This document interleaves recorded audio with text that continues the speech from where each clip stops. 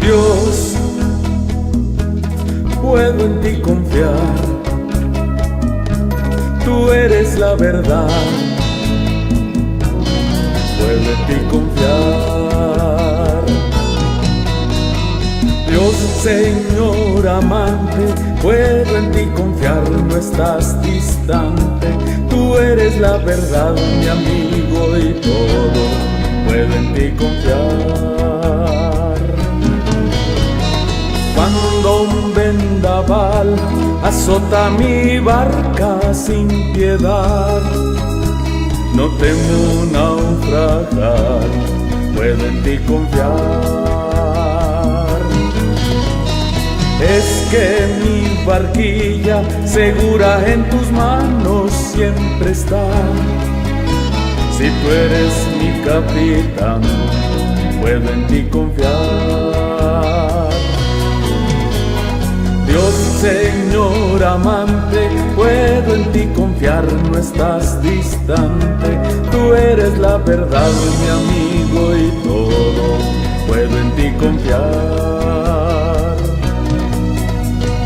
Cuando me abandonan y me encuentro en soledad, siento que tú estás conmigo, puedo en ti confiar. Y en la noche oscura yo no temo tropezar, porque guías mi camino, puedo en ti confiar. Dios, Señor amante, puedo en ti confiar, no estás distante. Tú eres la verdad, mi amigo y todo, puedo en ti confiar.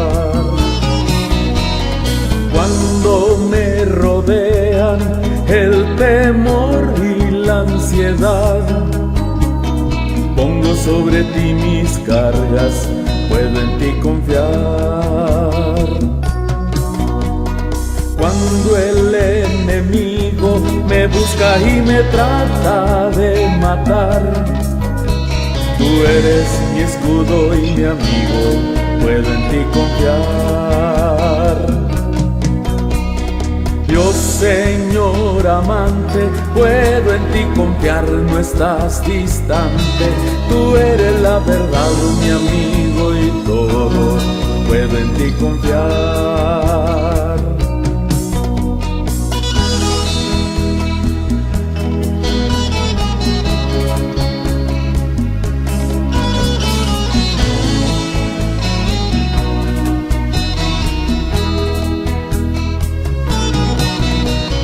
Dios, Señor amante, puedo en ti confiar, no estás distante. Tú eres la verdad, mi amigo y todo, puedo en ti confiar. Puedo en ti confiar, puedo en ti confiar.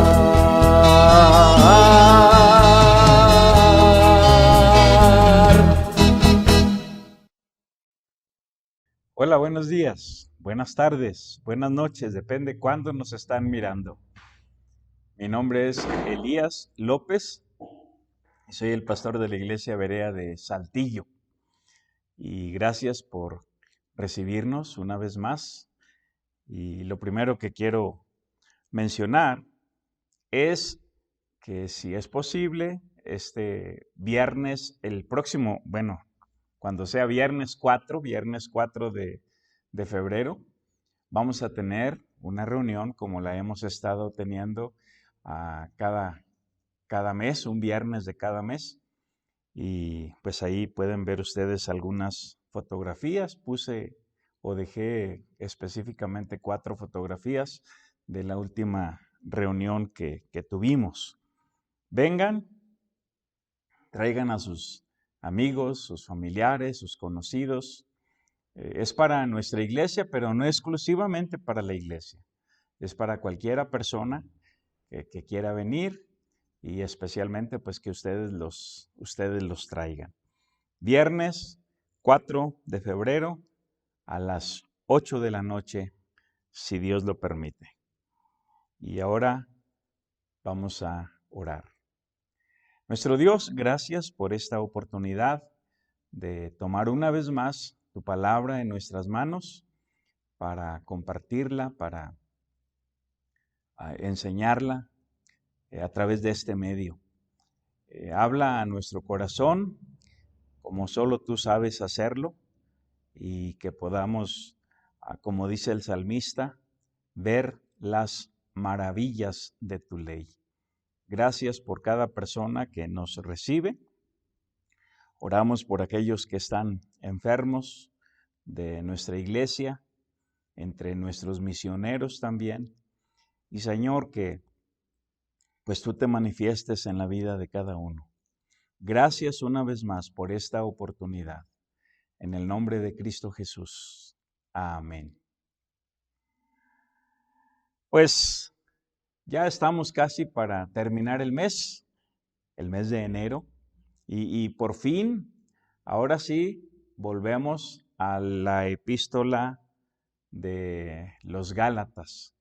El compromiso que hemos hecho es que vamos a considerar las epístolas de Pablo, no de forma exhaustiva, sino de una manera general, como se dice luego, un vistazo a vuelo de pájaro. Pero lo importante aquí es que tengan el contexto y que tengan una idea general del contenido del libro, el contenido más o menos de cada uno de los capítulos. Y no es posible, como ya mencioné, tener siempre la enseñanza de forma cronológica, pero hacemos el esfuerzo. Ahora, ¿de qué hablamos la ocasión anterior? En el libro de en el libro de Filipenses, en el capítulo 3, hicimos algunas observaciones prácticas del llamamiento supremo y básicamente vimos 3 metas o propósitos específicos para el año nuevo 2022. Número 1, conocer más a Cristo.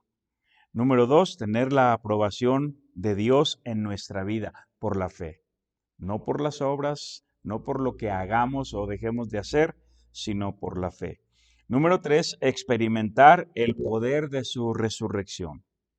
Ahora, las metas bíblicas nos ayudan a medir nuestro avance, alimentan nuestra pasión por el Señor Jesucristo y además inspiran a otros. Y pues estas no son metas fáciles, en realidad son metas difíciles porque realmente es un proceso de toda la vida. Y Pablo, el propio apóstol Pablo dijo, hermanos, yo no lo he alcanzado todavía, pero una cosa hago. O sea, esta es mi decisión. Y de hecho hay 3 decisiones que nosotros debemos de considerar juntamente con Pablo. Y la primera fue, no te enfoques en el pasado. No te enfoques en el pasado. Dijo el apóstol Pablo, olvidando lo que queda atrás, extendiéndome a lo que está delante. Y la número 2 precisamente es eso. Enfócate en lo que te falta en cuanto a tu crecimiento personal, tu crecimiento espiritual. Y número 3, prosigue a la meta enfocado en el premio. Así lo vemos en el verso 14 cuando dijo, prosigo a la meta, al premio del supremo llamamiento de Dios en Cristo Jesús. Básicamente eso fue lo que consideramos la última ocasión antes de entrar nuevamente aquí al libro de Gálatas. Ahora, hablando de este libro de Gálatas, estamos enfocando todo el libro con el tema de 6 obstáculos que nos estorban para seguir corriendo en la vida cristiana. Y aquí brevemente quiero contextualizar la expresión seguir corriendo. Con mucha frecuencia, el apóstol Pablo y otros en la Escritura usan figuras de lenguaje para facilitarnos el entendimiento. Por ejemplo, allí en Hechos 20:24, Pablo habló de terminar su carrera con gozo. Usó la figura de el atletismo, una carrera atlética. Allá en 2 Timoteo 4:7 también escribió diciendo, he acabado la carrera. Y en Hebreos capítulo 12, el autor de Hebreos nos dice, corramos con paciencia la carrera que tenemos por delante. Y regresando a Gálatas, al capítulo 5 y el versículo 7, dice en este pasaje de Gálatas, vosotros corríais bien. ¿Quién nos estorbó para no obedecer a la verdad? Entonces, de ahí es de donde sale en realidad nuestro tema. Obstáculos que nos impiden seguir corriendo en la vida cristiana. Y cuando estuvimos en el capítulo 1, cuando empezamos el estudio general de esta carta, dijimos en el capítulo 1 que ignorar la meta o el propósito de la fe nos estorba para seguir corriendo. En el capítulo 2 dijimos que ignorar la manera bíblica de la justificación nos estorba para seguir corriendo. Y ahora, ¿qué vamos a ver en este capítulo 3? Todo tiene que ver con la ley y la gracia. La ley y la gracia. Muchos dicen la ley contra la gracia, pero en realidad no creo que debamos enfocar ley contra gracia. Son dos enfoques distintos. Ambas cosas vienen de Dios, pero Dios no obliga al judío a vivir como gentil. Y de la misma manera, Dios no obliga a los gentiles que vivamos como judíos. La salvación es de una sola manera, por lo que Jesucristo hizo en la cruz. No hay dos caminos de salvación, no hay dos planes de salvación. Dios tiene solo un plan de salvación, una sola manera, y fue el sacrificio que nuestro Señor Jesucristo hizo cuando murió, fue sepultado y resucitó al tercer día. Entonces, no es la ley contra la gracia. Uno es el enfoque de la ley, otro es el enfoque de la gracia. Pero habían llegado los judaizantes a esa región de Galacia, donde Pablo antes había andado predicando y estableciendo algunas iglesias, por ejemplo, las ciudades de Iconio, Derbe, Listra, esas pertenecen precisamente a la región de Galacia, de ahí era Timoteo. Entonces, muchos creyentes y de otras iglesias de la misma región habían sido pues influenciados de alguna manera por los judaizantes, diciéndoles que qué bueno que creyeron en Jesucristo, pero si de verdad quieren tener la salvación, necesitan circuncidarse y guardar la ley. Si de verdad quieren ser santos, necesitan circuncidarse y guardar la ley. Si de verdad quieren ser espirituales, necesitan circuncidarse y guardar la ley. Y esa fue la razón por la cual Pablo tuvo que escribir esta carta para, en realidad, corregir este error que se convirtió en una herejía. ¿Por qué en una herejía? Porque lo que Jesucristo hizo en la cruz fue más que suficiente para darnos la salvación y no hay nada más que añadir. Y por otra parte, la obra del Espíritu Santo, que es una obra de santificación y es un proceso, es suficiente para guiarnos a una vida de santidad y no necesita nuestra ayuda. Tenemos la responsabilidad delante de Dios, de guardarnos de pecar, etcétera, pero todo esto debe ser inducido por el amor a Él, por conocerle a Él, no por ganar algún grado de espiritualidad, no por ganar algún grado de santidad, sino por amor a Él. Entonces, vamos a ver ahora aquí en este capítulo 3 y quiero advertirles que lo único que vamos a hacer básicamente es leer el capítulo y que este capítulo es uno de esos capítulos que se dicen o se consideran pesados. No estoy hablando de la profundidad de la Biblia, que siempre es profunda, sino de a veces el tedio, el aburrimiento. Estamos más acostumbrados a cosas muy, muy ligeras. En el Facebook, cuando hay una enseñanza de la Biblia, la gente se aburre. Cuando alguien pone un meme, todos se animan y mandan sus likes y todo eso, ¿verdad? Porque así es nuestra naturaleza. Muy bien, ¿de qué vamos a hablar en este capítulo 3? Y será el único que veremos en esta ocasión. Ignorar cómo se recibe al Espíritu Santo nos estorba para seguir corriendo en la vida cristiana. Dice allí en el capítulo, bueno, vamos a ver los primeros 5 versículos, pero el punto aquí es que el Espíritu Santo se recibe por el oír con fe. Y hay muchos pasajes en la Biblia que nos enseñan esta verdad. Pero nosotros básicamente nos vamos a quedar enfocados aquí en este pasaje de Gálatas. Vamos a comenzar con el versículo 1. Dice, oh Gálatas insensatos, estamos en el capítulo 3. Oh Gálatas insensatos, ¿quién nos fascinó para no obedecer a la verdad? A vosotros, ante cuyos ojos Jesucristo fue ya presentado claramente entre vosotros como crucificado. Presentado claramente.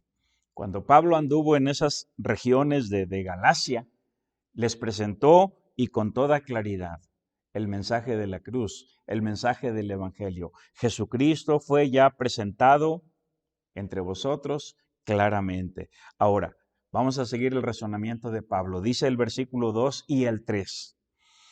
Esto solo quiero saber de vosotros. ¿Recibisteis el Espíritu por las obras de la ley o por el oír con fe? Y obviamente la respuesta es, recibimos el Espíritu por el oír con fe. Perdón, así lo recibieron obviamente los Gálatas. No lo recibieron por la ley, sino por el oír con fe. Dice el versículo 3, ¿tan necios sois? Habiendo comenzado por el Espíritu, ¿ahora vais a acabar por la carne? Tantas cosas, versículo 4, tantas cosas que habéis padecido en vano, si es que realmente fue en vano. Los Gálatas, como cualquier otro creyente y otra iglesia en su tiempo, y obviamente en nuestro tiempo también, pero como cualquier otra iglesia, habían pasado por muchas persecuciones por causa de su fe en Jesucristo. No está documentado como en el caso de los tesalonicenses, como en el caso de los filipenses, pero habían sufrido, habían recibido su dosis de tribulación, de persecución, y por eso Pablo dice, ¿tantas cosas habéis padecido en vano? Si es que realmente fue en vano. Y luego viene otro razonamiento en el verso 5.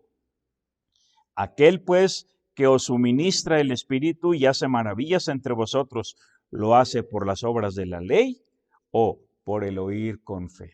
Y obviamente la respuesta es por el oír con fe. Los milagros del Espíritu, las obras y maravillas que hizo, las hizo por el oír con fe. Ahora, llegamos aquí a otro punto, porque estamos para empezar el versículo 6. La bendición para las naciones también es por el oír con fe. La bendición para las naciones. Y aquí Pablo se va a remontar a Génesis, al capítulo 12. De hecho, casi todo el libro de Génesis, pero aquí específicamente en el capítulo 12, dice el versículo 6 aquí en Gálatas 3:6.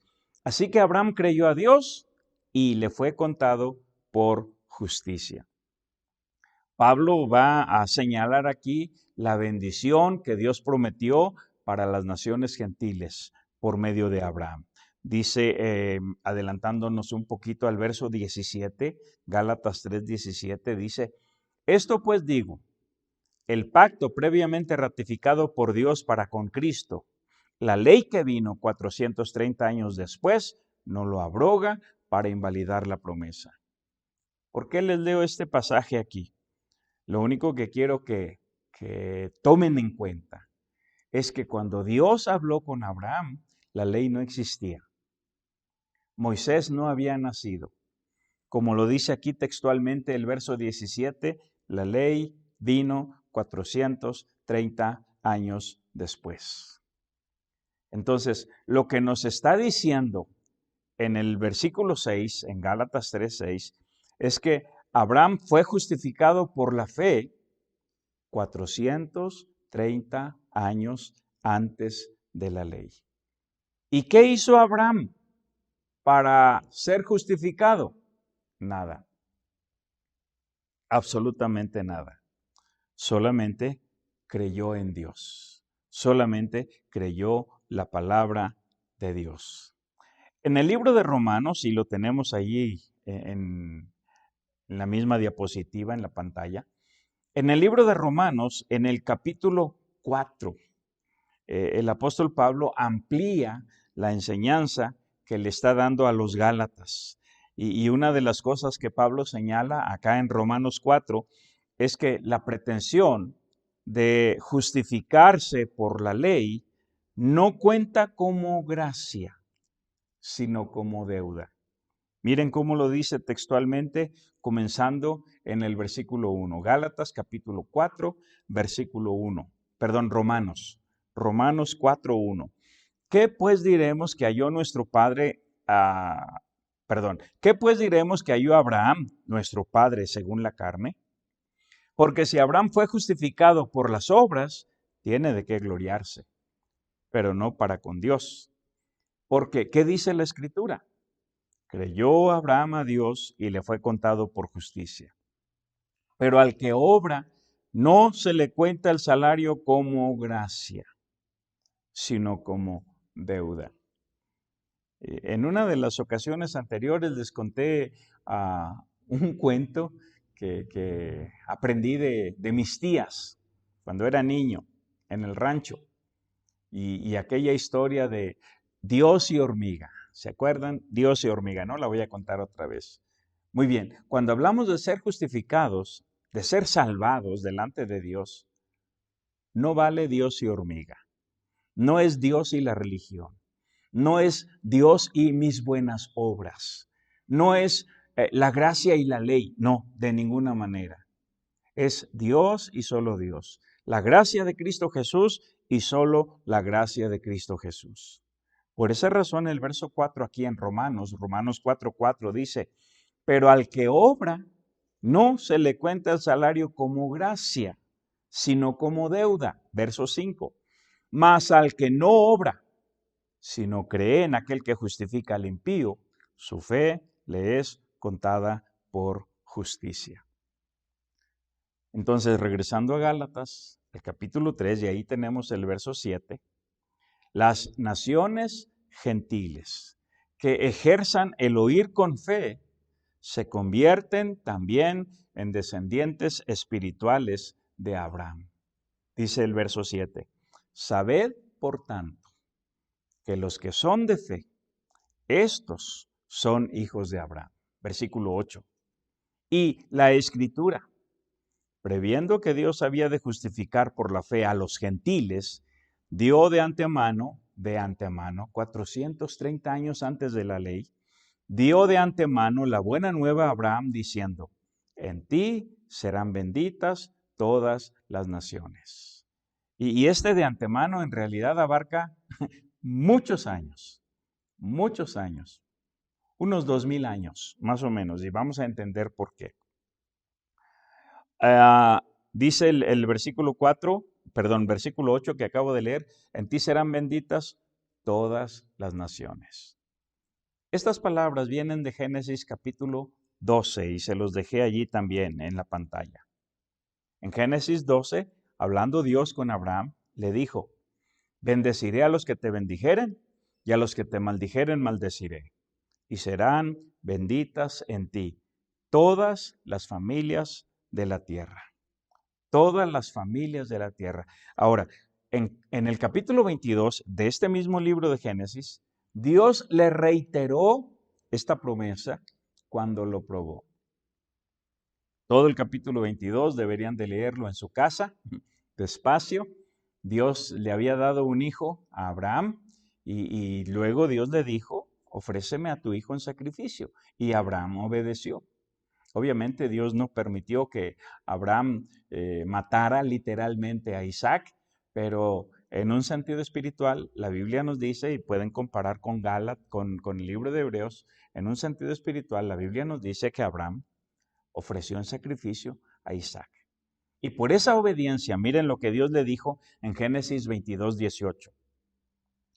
En tu simiente serán benditas todas las naciones de la tierra, por cuanto obedeciste a mi voz. Ahora, noten, en tu simiente, en tu simiente. Y aquí en el libro de Gálatas vamos a aprender un momento más que Dios está hablando del futuro, de la única simiente que se trata de el Señor Jesucristo. Lo vamos a ver en un momento más. Entonces, regresando a Gálatas 3:8, la palabra de Dios, como dice Pablo, la Escritura, la palabra de Dios previó con anticipación que los gentiles serían justificados por el oír con fe. La Escritura, previendo que Dios había de justificar por la fe a los gentiles, dio de antemano la buena nueva a Abraham diciendo: en ti serán benditas todas las naciones.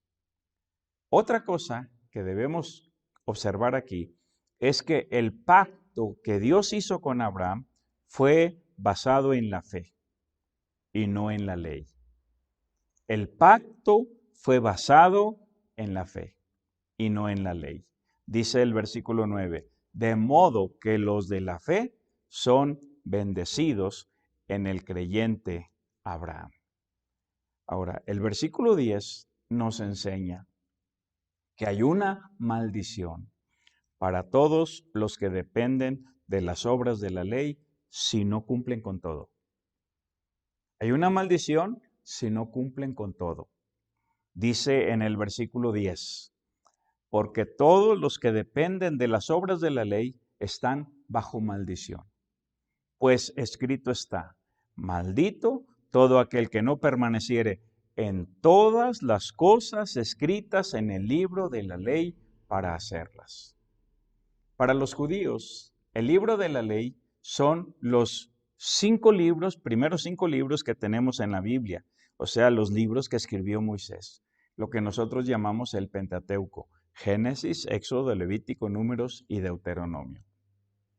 Y cuando se habla de la ley, no son solamente los 10 mandamientos. No matarás, no adulterarás, no dirás falso testimonio, etc. No solamente son los 10 mandamientos. En realidad hay muchísimos mandamientos, todos escritos allí. Todos con sus incisos y sus cláusulas, etc. Entonces, dice aquí: maldito todo aquel que no permaneciere en todas las cosas escritas en el libro de la ley para hacerlas. Hay una maldición para los que no cumplen con todo lo que está escrito. La ley no se basa en la fe, en creer. La ley se basa en hacer, en cumplir todo lo que está escrito en el código legal. Miren cómo dice el versículo 11 y 12. Y que por la ley ninguno se justifica para con Dios es evidente, porque el justo por la fe vivirá. Y la ley no es de fe, sino que dice: el que hiciere estas cosas vivirá por ellas. El que hiciere estas cosas. Todo aquel que es aceptado por Dios, dice el versículo 11, debe vivir por la fe. No dice que debe vivir por la ley. El justo por la fe vivirá. Pero la ley no es de fe. La ley es de hacer, de cumplir, de obedecer. El que hiciere estas cosas vivirá por ellas. La maldición, que ya mencionamos en el verso 10, la maldición de la ley, estuvo vigente con una vigencia limitada hasta que vino la simiente de Abraham, hasta que vino Cristo. Pero entonces lo que el Señor Jesús hizo fue tomar esa maldición, hacerse Él mismo maldición por nosotros, para que por el oír con fe recibiéramos la promesa del Espíritu. Miren cómo lo dice aquí en los versículos 13 y 14. Seguimos, siempre estamos en Gálatas 3. Versículo 13. Cristo nos redimió de la maldición de la ley, hecho por nosotros maldición. Hay una maldición para los que dependen de la ley. Esa maldición estuvo vigente hasta que vino la simiente. La simiente es Cristo. ¿Y qué hizo esa simiente? Él se hizo maldición por nosotros.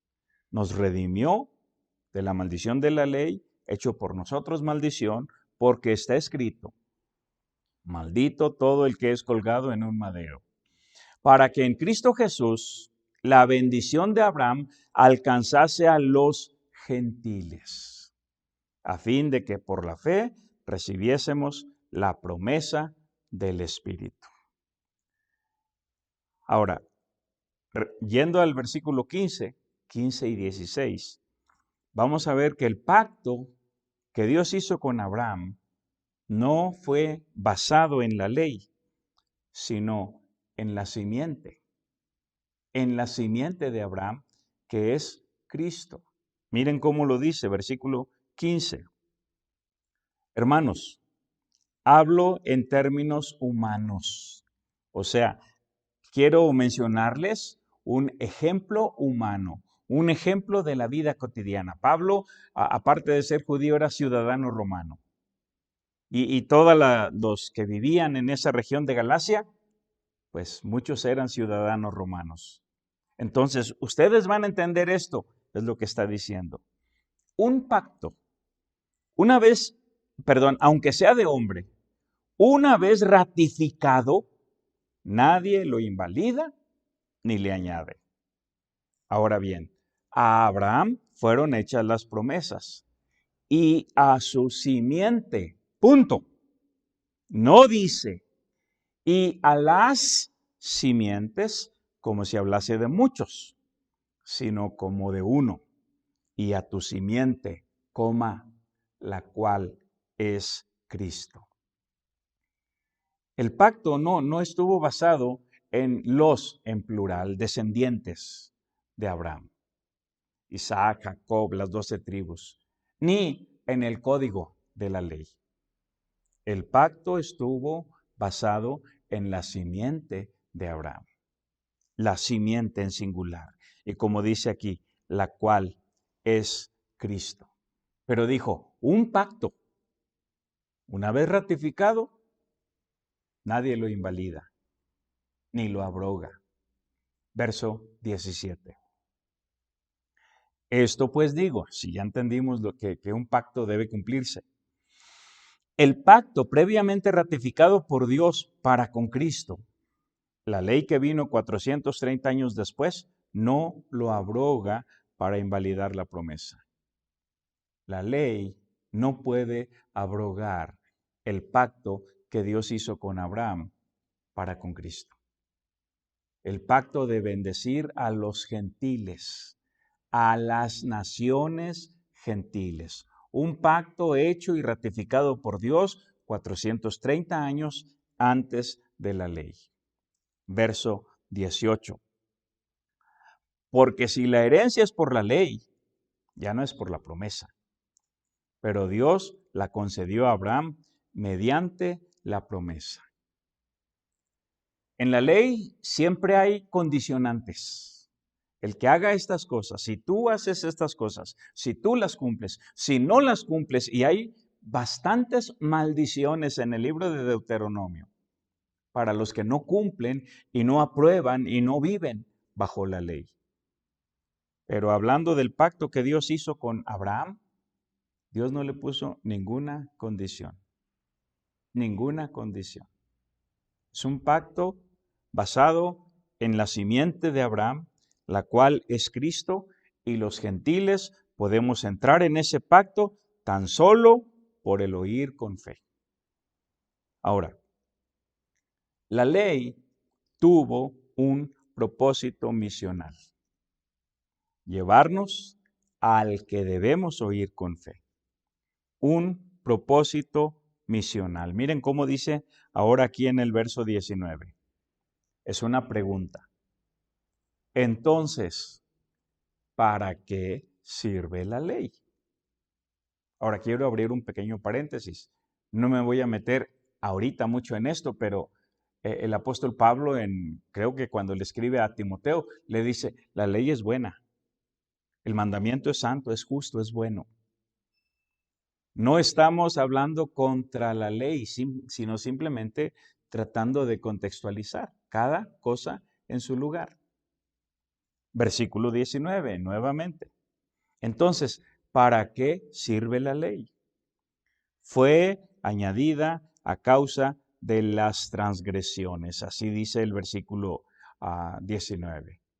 Fue añadida a causa de las transgresiones, noten, hasta que viniese la simiente, a quien fue hecha la promesa, y fue ordenada por medio de ángeles en mano de un mediador. O sea, la ley tenía una vigencia. Comenzó con Moisés y termina con Cristo, hasta que viniera la simiente. Hay un pasaje en Romanos capítulo 10, versículo 4, que no les puse aquí, no está escrito aquí, pero dice, el fin de la ley es Cristo, para justicia a todo aquel que cree. 430 años después del pacto que Dios hizo con Abraham, vino la ley. ¿Y para qué sirve? Para guiarnos, para llevarnos, para conducirnos al que debemos oír con fe, pero también dice aquí, a causa de las transgresiones. O sea, para mostrar la pecaminosidad del hombre. Alguien ha ilustrado que la ley es como un lente de aumento.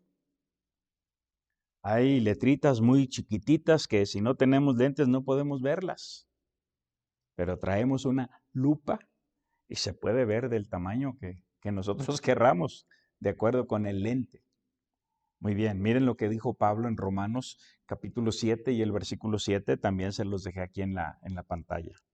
Dice, ¿qué diremos pues? ¿La ley es pecado? En ninguna manera. Pero yo no conocí el pecado sino por la ley, porque tampoco conociera la codicia si la ley no dijera, no codiciarás. ¿Para qué sirve la ley? Para mostrarnos la pecaminosidad del hombre. Fue añadida a causa de las transgresiones y fue añadida para conducirnos al que debemos oír con fe. Otra cosa que dice aquí mismo en Gálatas 3:19, antes de cambiar la pantalla, es que fue ordenada por medio de ángeles. Bueno, ya en la siguiente diapositiva. ¿Para qué sirve la ley? Fue añadida a causa de las transgresiones hasta que viniese la simiente y fue a quien fue hecha la promesa y fue ordenada por medio de ángeles en mano de un mediador. Y el mediador no lo es de uno solo, pero Dios es uno. Por medio de ángeles. Cuando Esteban predicó precisamente a los judíos, cuando lo apedrearon allá en Hechos capítulo 7, en el verso 53, él les dijo estas palabras, vosotros que recibisteis la ley por disposición de ángeles y no la guardasteis. Por disposición de ángeles. Ahora, aquí en el verso 20 habla de un mediador y ese mediador es Moisés. Dios envió su ley por disposición de ángeles para dársela a Moisés y Moisés al pueblo. Moisés es el mediador para Israel, para la ley. Ahora, es interesante ver lo que dice Juan 1:17, porque Juan 1:17 nos habla de otro mediador. Dice, pues la ley por medio de Moisés fue dada, pero la gracia y la verdad vinieron por medio de Jesucristo. Moisés es el mediador de la ley. Jesucristo es el mediador de la gracia y la verdad. La gracia y la verdad vinieron por medio de Jesucristo. El autor de Hebreos nos habla de la superioridad de este otro mediador, Jesucristo.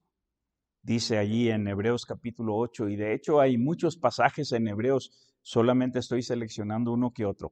Hebreos 8, versículos 6 y 7 dice, pero ahora tanto mejor ministerio, noten, mejor ministerio es el suyo, cuanto es mediador de un mejor pacto establecido sobre mejores promesas.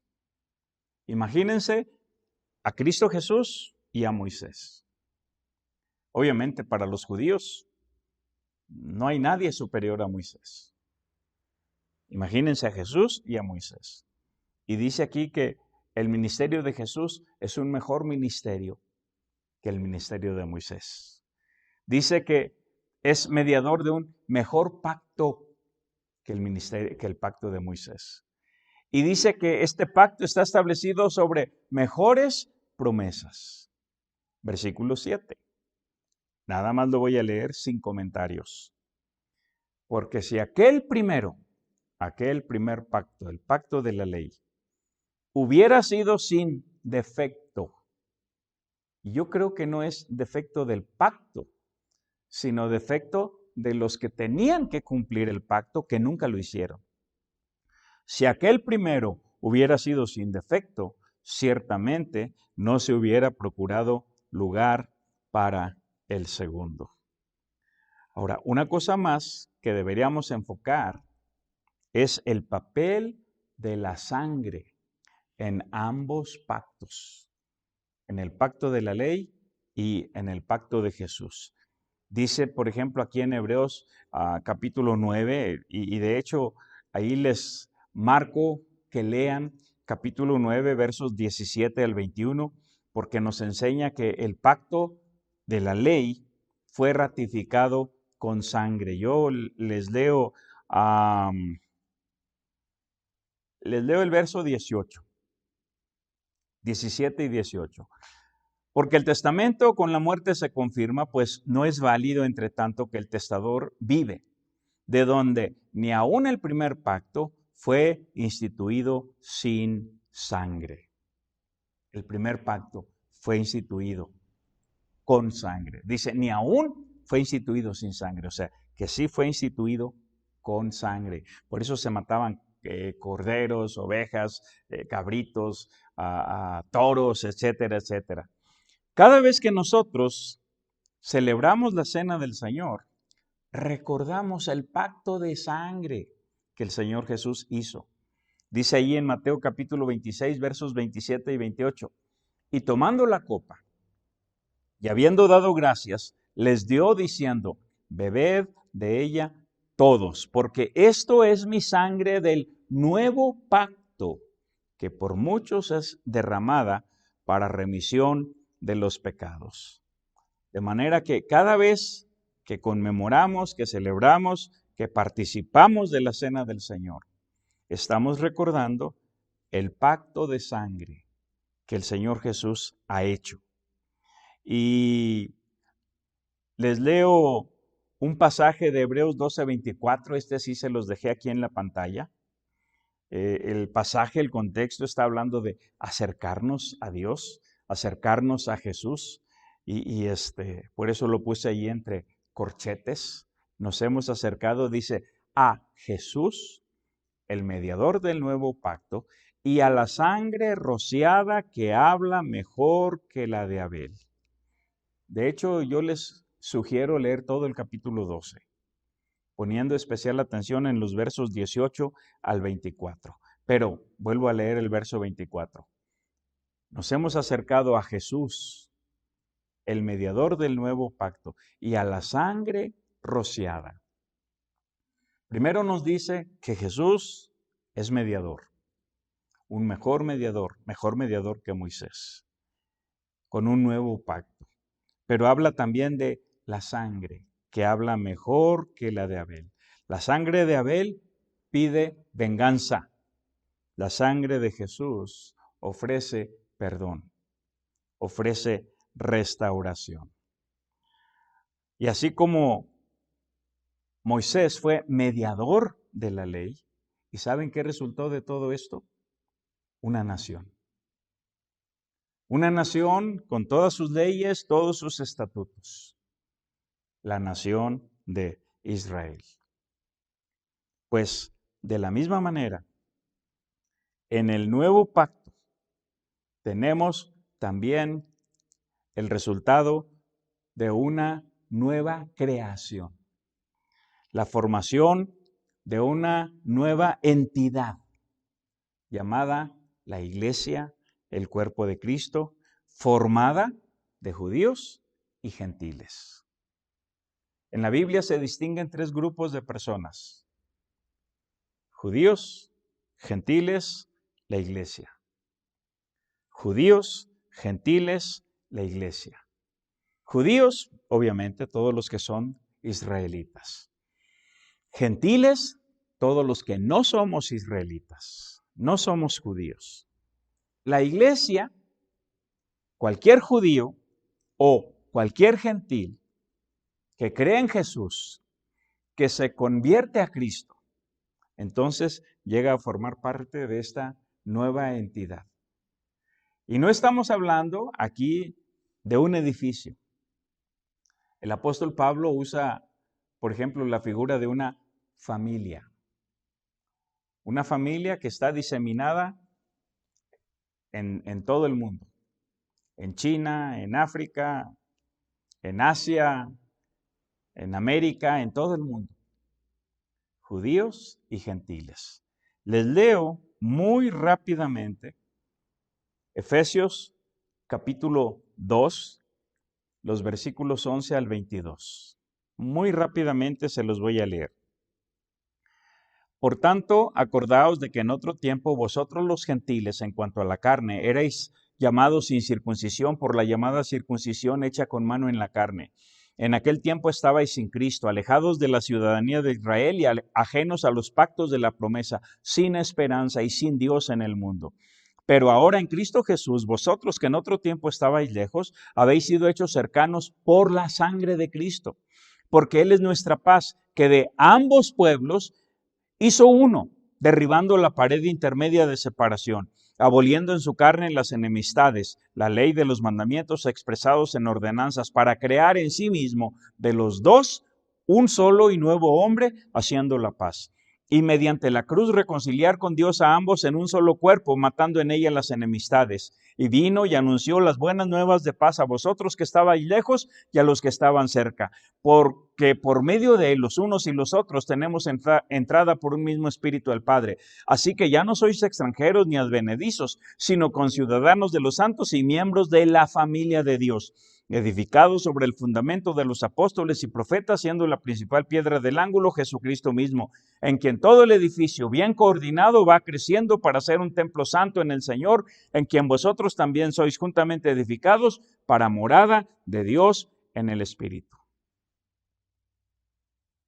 El Señor Jesús es el mediador de un nuevo pacto, basado sobre mejores promesas. Y el resultado ha sido una nueva creación. El Señor toma del judío y del gentil que se convierten a Él para formar esta nueva entidad. Avancemos al verso 21. Otro ejemplo del propósito misional de la ley.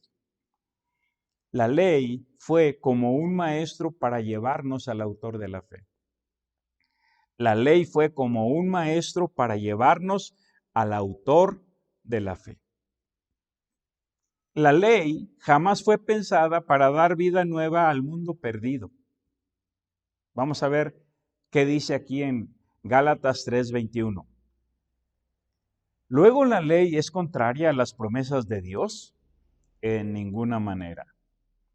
Porque si la ley dada pudiera vivificar, la justicia fuera verdaderamente por la ley. Ahora, avancemos. Verso 22.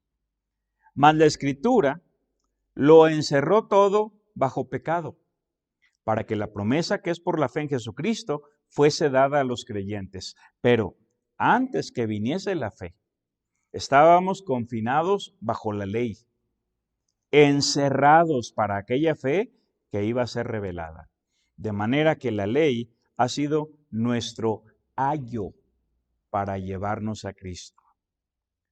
Un ayo era un guardián, era un maestro que tenía que llevar al niño a la escuela. Y de esta manera, la ley ha sido nuestro ayo para llevarnos a Cristo, a fin de que fuésemos justificados por la fe. Ahora podemos oír con fe. Ya no necesitamos al ayo, ya no necesitamos la ley que nos guíe, porque por la fe en Cristo Jesús llegamos a ser hijos de Dios. Miren cómo dice el verso 25 al 28. Pero venida la fe, ya no estamos bajo ayo, pues todos sois hijos de Dios por la fe en Cristo Jesús. Obviamente todo el que cree en Jesús. Porque todos los que habéis sido bautizados en Cristo, de Cristo estáis revestidos. Ya no hay judío, ni griego, no hay esclavo ni libre, no hay varón ni mujer, porque todos vosotros sois uno en Cristo Jesús. El oír con fe nos lleva a la obediencia. Por eso habla aquí del bautismo. El oír con fe nos lleva a la unidad. Por eso dice, ya no hay judío ni griego, no hay esclavo ni libre, etc. La unidad de judíos y gentiles en una nueva entidad llamada el cuerpo de Cristo, la familia de Dios, la iglesia. El oír con fe no nos convierte en el Israel espiritual de Dios. Lo repito porque esto es muy importante.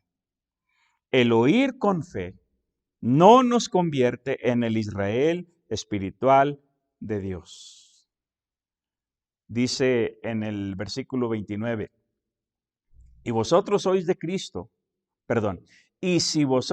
de Cristo, ciertamente el linaje de Abraham sois y herederos según la promesa. Y ahí termina el capítulo 3. Pero quiero hacer énfasis en lo que acabo de decir. Dios formó un pueblo llamado el pueblo de Israel, la nación de Israel. Dios le hizo pactos y le hizo promesas, pero el pueblo siempre fue rebelde. Y Dios envió a Jesucristo para redimir a los que estaban bajo la ley, así dice Gálatas. Pero no lo conocieron, no lo aceptaron, lo rechazaron. Y entonces Dios formó una nueva entidad, la iglesia, pero no para reemplazar a Israel de ninguna manera. La Biblia nos enseña que Dios va a cumplir cabalmente cada una de las promesas que le ha hecho a Israel. No somos el Israel espiritual de Dios. Cuando Jesucristo venga, y esto lo pueden ver y entender bien si leen Mateo 25, cuando Jesucristo venga, Él volverá a tratar con Israel y cumplirá cada una de las promesas que les ha hecho. Ahora, hay una advertencia en la Biblia, y está 2 veces. Aquí les dejé Apocalipsis 2:9. Dice, yo conozco tus obras, hablándole a una iglesia de gentiles. Yo conozco tus obras y tu tribulación y tu pobreza, pero tú eres rico. Y la blasfemia de los que se dicen ser judíos y no lo son, sino sinagoga de Satanás. Tener la pretensión de ser judío sin serlo te convierte en sinagoga de Satanás. Y Dios dice que eso es una blasfemia. Ahora, capítulo 3, versículo 9, mismo libro de Apocalipsis, otra vez la advertencia, hablándole a una iglesia gentil. He aquí, yo entrego de la sinagoga de Satanás a los que se dicen ser judíos y no lo son, sino que mienten. He aquí, yo haré que vengan y se postren a tus pies y reconozcan que yo te he amado. Los que se dicen ser judíos y no lo son. Cuando tú te conviertes a Jesucristo, cuando tú crees en Jesús por la fe, tú te haces hijo de Dios y no estás obligado a guardar las ceremonias y los mandamientos de la ley. Puedes hacerlo si tú quieres, pero no para obtener la salvación, no para obtener la santificación. Esa será una cuestión cultural, eso será una decisión personal. En la Biblia no se obliga al judío que se convierte a Cristo, no se le obliga a rechazar todas sus ceremonias y sus costumbres. El judío siempre será judío y nunca lo vamos a obligar a comer carne de puerco. El gentil siempre será gentil. Y en la Biblia no se le obliga a judaizar, a tener prácticas judaizantes. Es una decisión personal, pero no para lograr algo. Pablo, por ejemplo, le pidió a Timoteo que fuera circuncidado, pero fue una cuestión estratégica. El papá de Timoteo no era judío, el papá de Timoteo era griego, era gentil. Pero por cuestiones estratégicas, Pablo le pidió que se circuncidara. Por otra parte, Tito, que también era discípulo más o menos de la misma edad de Timoteo, Tito no era judío. Y cuando los judíos en Jerusalén quisieron obligar a Tito que se circuncidara, Pablo se opuso tenazmente. A Timoteo lo circuncidó por cuestiones estratégicas para el avance del reino. Pero a Tito dijo no. A él no debemos circuncidarlo. ¿De qué hemos hablado en este capítulo 3? Dijimos que el Espíritu Santo se recibe por el oír con fe, versículos 1 al 5. La bendición para las naciones es también por el oír con fe, versículos 6 al 8. El pacto de Dios con Abraham fue basado en la fe, no en la ley, sino en la fe. Gálatas 3, 9 al 18. La ley tuvo un propósito misional, mostrarnos el pecado, versos 19 al 20. Otro propósito misional de la ley fue su papel como maestro para llevarnos al autor de la fe, a Cristo Jesús, versos 21 al 19. El pacto de nuestro mediador Jesucristo resultó en una nueva creación formada por judíos y gentiles, la iglesia, el cuerpo de Cristo. Pero ni los gentiles que se convierten están obligados a guardar la ley, ni los judíos que se convierten están obligados a negar la ley. Por otra parte, Pablo dice, la ley es buena, el mandamiento es justo y santo, todo dentro de su debido contexto. Que Dios les bendiga. Júntense con su familia y pues díganle, Señor, hay cosas que no entiendo, porque yo también hay cosas que no entiendo. Pero tenemos al mejor maestro que se llama el Espíritu Santo de Dios. Oren pidiendo que sea Él quien dé el entendimiento. Dios les bendiga.